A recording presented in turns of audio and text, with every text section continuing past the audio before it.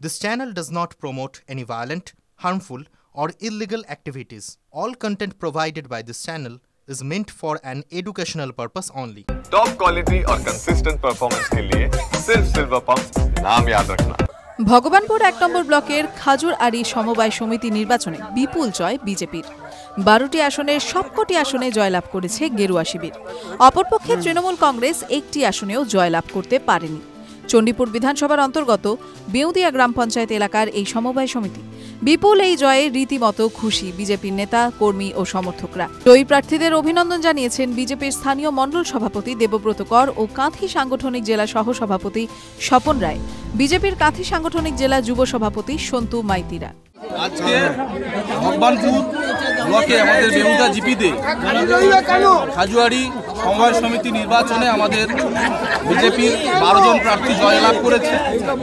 তার কারণ ভগবানপুরে যে সমস্ত তৃণমূলের নেতারা যে দুর্নীতি করছে, অঞ্চলের দুর্নীতি, বুথের দুর্নীতি, সামাজিকভাবে তাদের সমর্থন নেই, যার ফলে এই খেজুয়াড়ি বুথে বিজেপির পক্ষেই মানুষ ভোট দিয়েছে। যত এরা অপপ্রচার করুক না কেন, সারা পশ্চিমবাংলা মানুষ দেখছে যে পশ্চিমবাংলায় যেভাবে দুর্নীতি চলছে, যেভাবে নারী ধর্ষণ চলছে, তার প্রতিবাদে খাজুয়াড়ি তার অনুকরণ দেখে।